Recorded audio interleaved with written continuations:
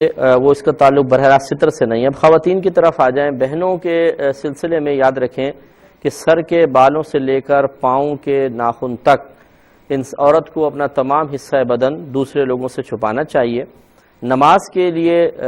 اتنا ضرور ہے کہ جو چہرہ ہے عورت کا مکمل چہرہ، جس کو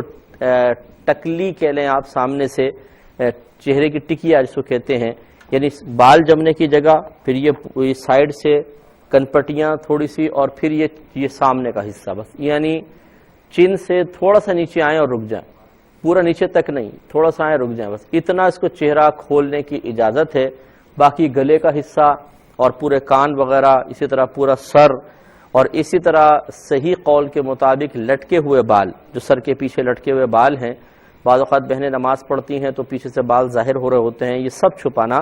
ضروری ہے۔ اس کو سب کو فقہا نے ستر میں داخل کیا ہے۔ اسی طرح عورت کی کلائی مکمل طور پہ ستر میں داخل ہے۔ ہتھیلی کے بارے میں بھی کہا ہے کہ یہ بھی ستر ہے، ہاتھ کی پشت ستر میں داخل نہیں ہے،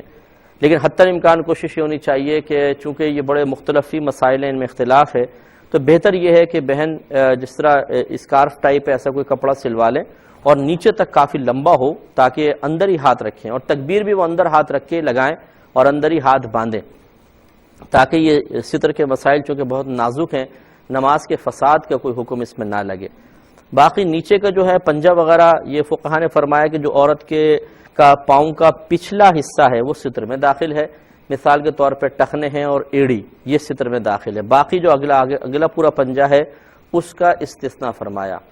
اب یہ تھوڑا سا مشکل ہے کہ اتنی لمبی شلوار پہن کے نماز پڑھنا، یا اتنی لمبی چادر جو زمین تک لٹک رہی ہو اور اس سے پورے ٹخنے اور ایڑیاں چھپ جائیں، حتیٰ کہ جب عورت سجدہ کرنے لگے تو سجدے کی حالت میں چونکہ تھوڑی سی وہ آگے جھکتی ہے تو لازم بات ہے کہ چادر کھچے گی،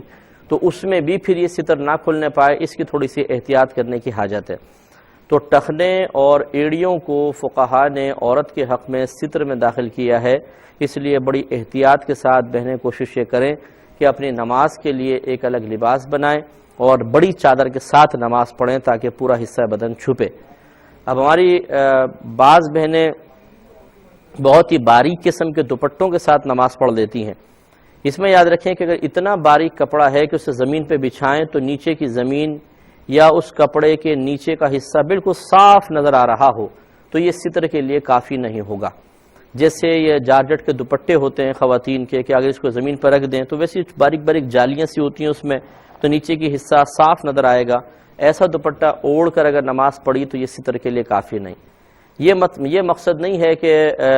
جیسے مثال کے طور پہ کوئی دروازے میں کھڑا ہو، باہر روشنی ہے تو ٹانگوں کی حیت آپ نے دیکھا ہے کپڑے کے اندر سے نظر آتی ہے، جیسے کوئی مرد بھی مثال کے طور پہ کھڑے ہو جائیں، کتنا ہی موٹا کپڑا پہنا ہو،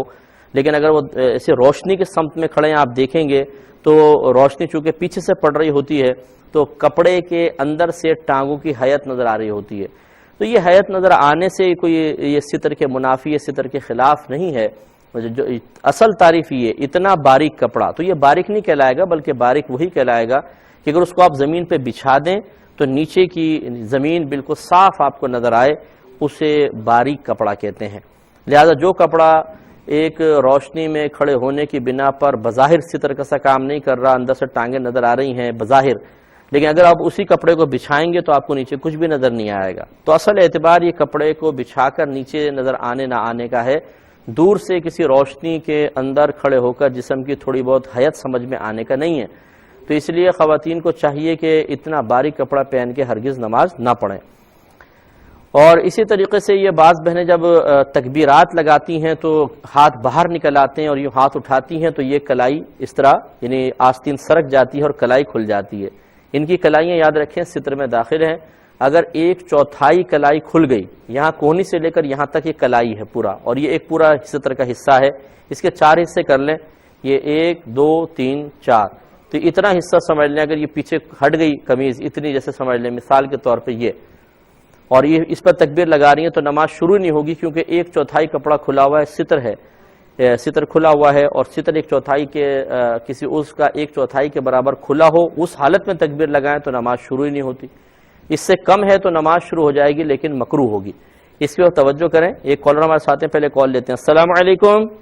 تو آپ کی خدمت میں عرض کر رہے تھے کہ کلائی چونکہ ستر میں داخل ہے لہذا اس کا اگر کوئی حصہ کھلا ہوا تو دیکھیں گے کہ 1/4 کے برابر یا اس سے زیادہ ہے یا اس سے کم ہے۔ اگر 1/4 کے برابر یا زیادہ ہے تو نماز شروع نہیں ہوگی، اگر اس سے کم ہے تو نماز شروع ہو جائے گی لیکن مکروہ ہوگی اور واجب العیادہ ہوگی، اس کو دوبارہ پڑھنا چاہیے۔ اس لیے بہنوں کو میں نے جیسے شروع میں مشورہ دیا تھا کہ جب وہ تکبیر لگائیں تو کپڑے کے اندر سے ہی ہاتھ رکھیں، بس تکبیر لگا لیں، باہر نکال کی کوشش نہ کریں ورنہ کھلنے کا اندیشہ ہوتا ہے۔ اسی طریقے سے لمبی چادر پہن کے نماز پڑھیں، اگر مردوں کی طرح ٹخنے کھول دیے اور پھر جب سجدے میں گئی تو اور شلوار سرک گئی تو پنڈلی بھی نظر آ گئی تو یہ تو بدرجہ اولا ستر ظاہر ہو جائے گا اور اس طریقے سے نماز نہیں ہوگی۔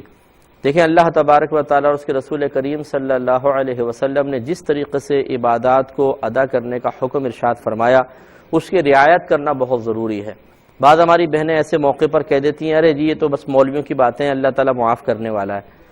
تو یہ مولویوں کی طرف منسوب کر کے اور اللہ تعالیٰ معاف کرنے والا ہے کہہ کر آپ بری ذمہ تو نہیں ہو سکتی ہیں۔ شادی بیاہ کے معاملے میں کیوں نہیں کہتے؟ شادی بیاہ کے معاملے میں کہہ رہے چھوڑ تو دنیا والوں کی باتیں ہیں، ہم تو پرواہ نہیں کرتے، جیسے بھی چاہے رشتہ ادا کر لیں۔ نہیں، اس میں تو ایک ایک بال کی کھال نکال لیتے ہیں، استخارے علیحدہ کرواتے ہیں، کیونکہ دنیا کا معاملہ ہے نا۔ تو دین کا معاملہ ہماری نگاہوں میں اتنا آسان ہو گیا کہ چاہے عبادت برباد ہو رہی ہو، تھوڑا سا اہتمام نہیں کرنا ہے، پوری زندگی کی عبادات چاہے برباد ہو جائیں، میدان معاشر میں گرفت ہو جائے، اس کی پرواہ نہیں ہے۔ وجہ یہ ہے کہ ہم مادی لحاظ سے چیزوں کی طرف بہت زیادہ، جو مادی اشیاء ہیں ان کی طرف بہت زیادہ مائل ہو گئے اور آخرت کی کوئی فکر ہماری نگاہوں میں نہیں ہے، اس لیے اس قسم کے بے پرواہی کے جملے نکلتے ہیں۔